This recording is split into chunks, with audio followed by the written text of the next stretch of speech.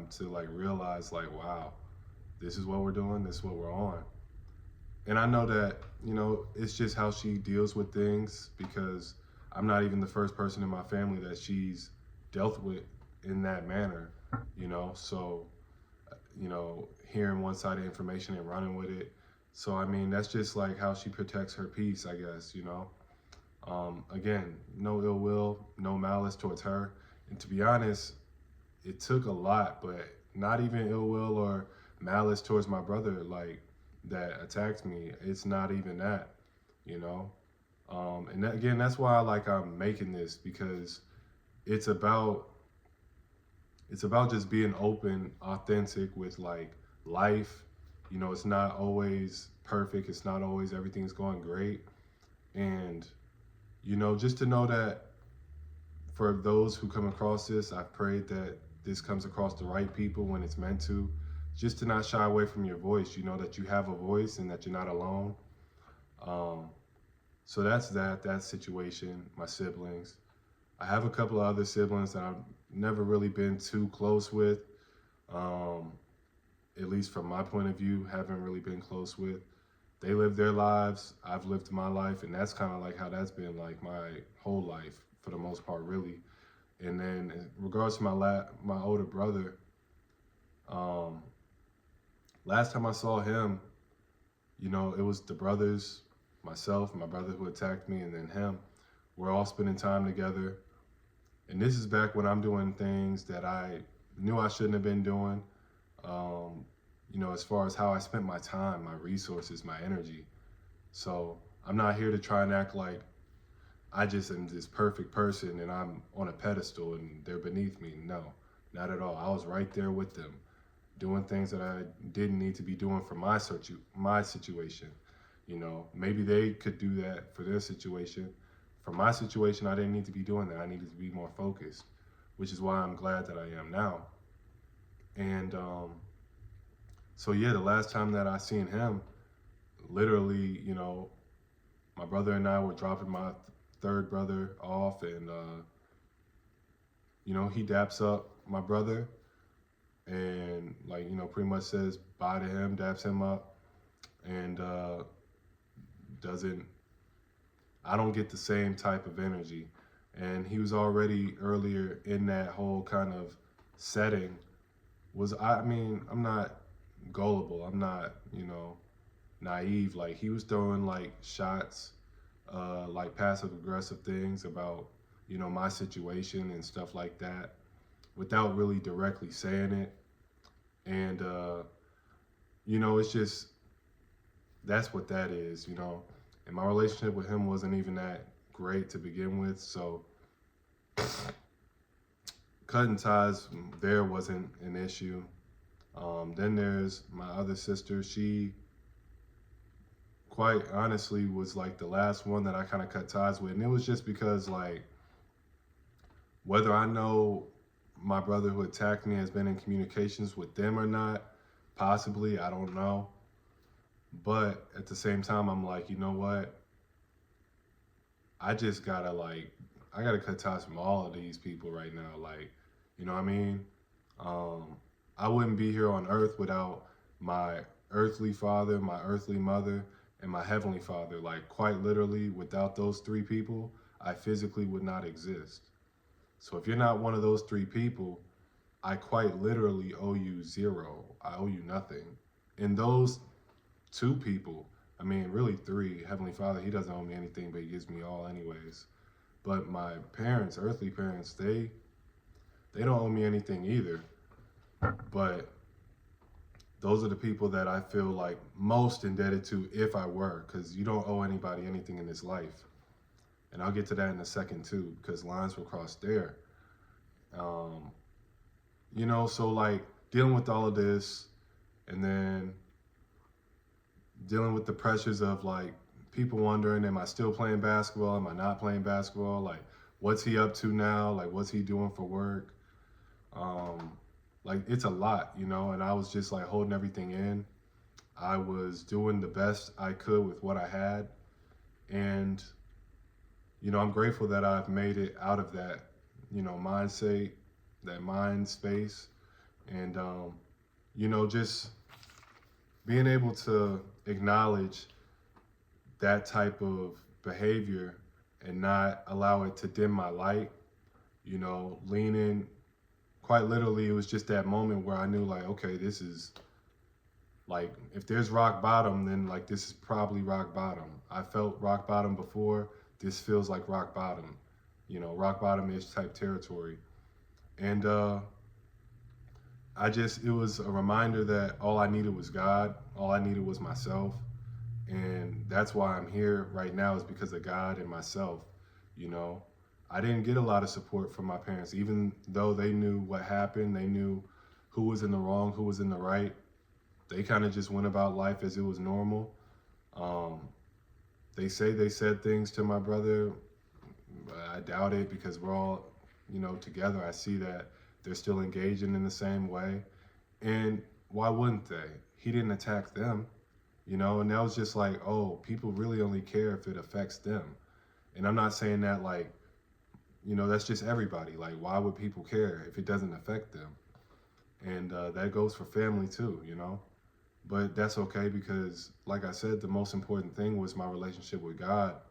And it really was strengthened by that, because, I mean, my nervous system through this was through the roof. Like, even just being around certain people, whether it was my brother, whether it was my parents, like, quite literally, I feel at peace, for what peace could be at that time.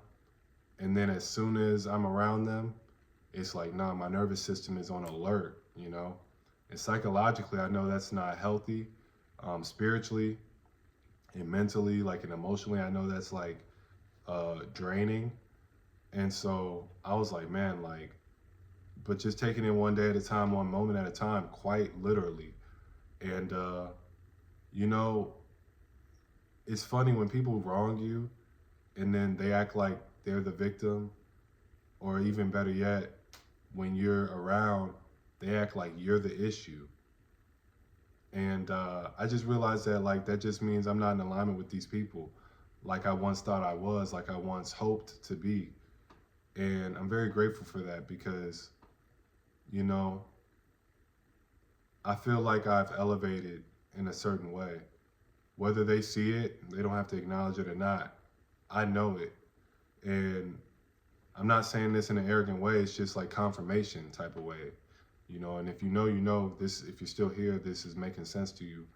Um, but yeah, so like, that's some family fallout, that's abandonment, abuse, you know, uh, my relationship with my father, with my parents, that's been affected pretty much ever since, like, certain plans didn't go the way that they were supposed to, right? Like, obviously, every young athlete, their dream is to hope to make it to the league, right? Their family is hoping that they make it to the league.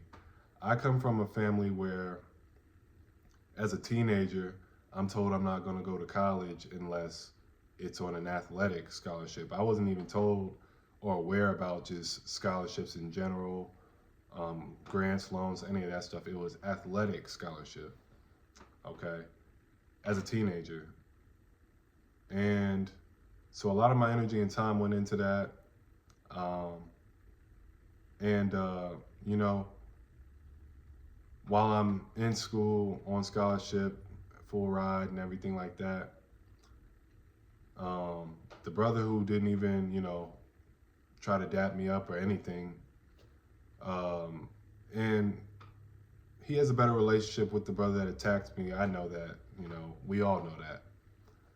And this is the same person that, like, when me and my dad got into it years prior, I quite literally, my dad calls him, I hear him on the phone talking to my dad, talking about me, saying, send his rear end to jail. That's what he said. I confronted him about this when we were face to face, said I didn't appreciate it. He told me, yeah, like, I didn't know, like, that dad was just telling me, like, one-sided stuff and he wasn't telling me the whole truth. Like, but like, like just call me and blah blah blah. My guy, the phone works two ways. Like you heard something about me. You could have easily called, like how he wanted me to do, tried to flip it and say I should have called him, blah blah blah. That's what he should have did first, instead of just jumping to conclusions. This is the same person who was saying, yeah, like when you make it to the league, I just want $1 million. That's all, just 1 million. But now, because my situation is what it is, and what it was, I should say, now energy, people acting different. I expect that from other people. I don't expect that from family. I didn't expect that from family. Because I know the family that I'm a part of now, I do expect that. Unfortunately, that's just what it is. I've made my peace with it though. This is the same sister that nobody else was there to help her move things to storage and all that stuff. Um, I was, and it's just funny, man. I feel like I've really been able to like grow and evolve, and it's like the people who I thought would be the most um like joyful about that, like it's like all of a sudden now I'm getting the stank eye, I'm getting the evil eye, I'm getting the altercations, I'm getting the weird energy, the bad vibes, right? And it's like, oh, so when I was down and out, that's when you could tolerate being around me, whatever. That's when it was acceptable. That's when you enjoyed, to some extent, they enjoyed me being down and out. Because now that I'm not down and out and I'm making progress, now you want to try and attack me, whether it's physically, mentally, spiritually, however the case fits. And it's like, oh, they didn't want me to reach this level, and I still got levels to go. But the level I'm at, they didn't want me to reach. This is family I'm talking about. So I just want to let you guys know, like, you're not alone through any of this.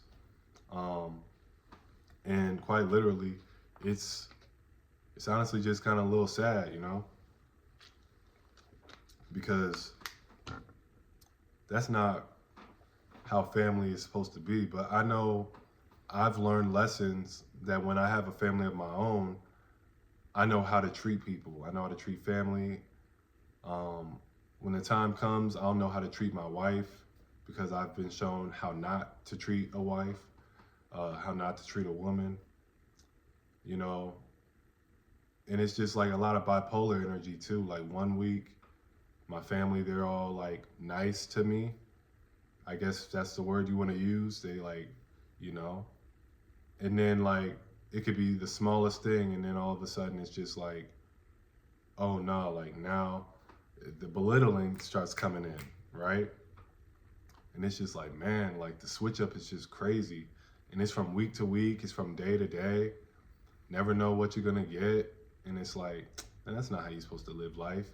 You're not supposed to walk on eggshells. You know what I mean? Quite literally nitpicking at anything to try and dim my light.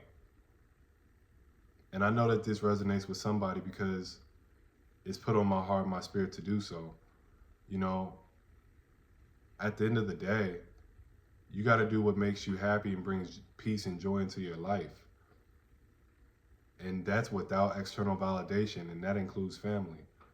That's a lesson that I learned for sure, that got stamped, tattooed, engraved in my mind in this previous year and along with this year, you know. And I'm not even going to get into everything that with my father, because that could be, you know, a whole other series of videos. But you know, I have started to write a book, so everything's gonna come out in the book too as well. I've got a lot of different things that I'm working on that I'm proud of. You know, it's taken a lot to get to this point, and again, I just don't want to like have this be like I'm bashing and downing anybody, because that was not the intent for this. It's really just being open and honest, you know, and So yeah, I mean, that's how abandonment and abuse just takes place in family. In my family, it has with me, and this is not nowhere near scratching the surface of it. Like, this is breadcrumbs. Like how I've been breadcrumbed a lot by family. Like they love to breadcrumb and act like they're giving you the whole cookie. This is just the breadcrumb of it all. You know, the whole cookie will be the book. It'll be with a couple other things that are on the way.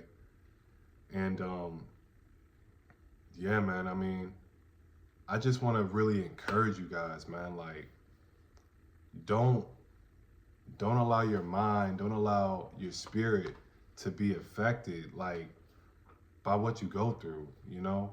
It's about it's much bigger than that. It's much bigger than that. It's bigger than you, it's bigger than your family. Like this is generations of things. Like what I'm going through, this is generations of unhealed people trying to traumatize other people. You know, the saying that misery loves company or hurt people. Like that's so true, man. It's so like, especially when you know that you're right within yourself and right within God, like, and then a bunch of attacks and spiritual warfare and all these different things are taking place. That's how you know, like, this is much bigger than your family and you or whoever it is. Like, this is generations of stuff, and like, I don't know why. I don't know why, but I'm the one in my bloodline, at least, that's been chosen to break these chains, you know?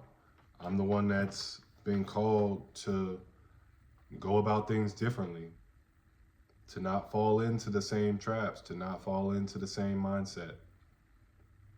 And while that makes things more difficult, I'm still grateful for it, you know? And I'm proud and happy to say, like, that I've been, you know, sober minded throughout this whole process as well. That clarity has enabled my visionary and intuition to be heightened and elevated. You know, I've got more, like I said, focus, but also more energy, just with all of the things that I've been working on. Some things that I've wanted to work on for years.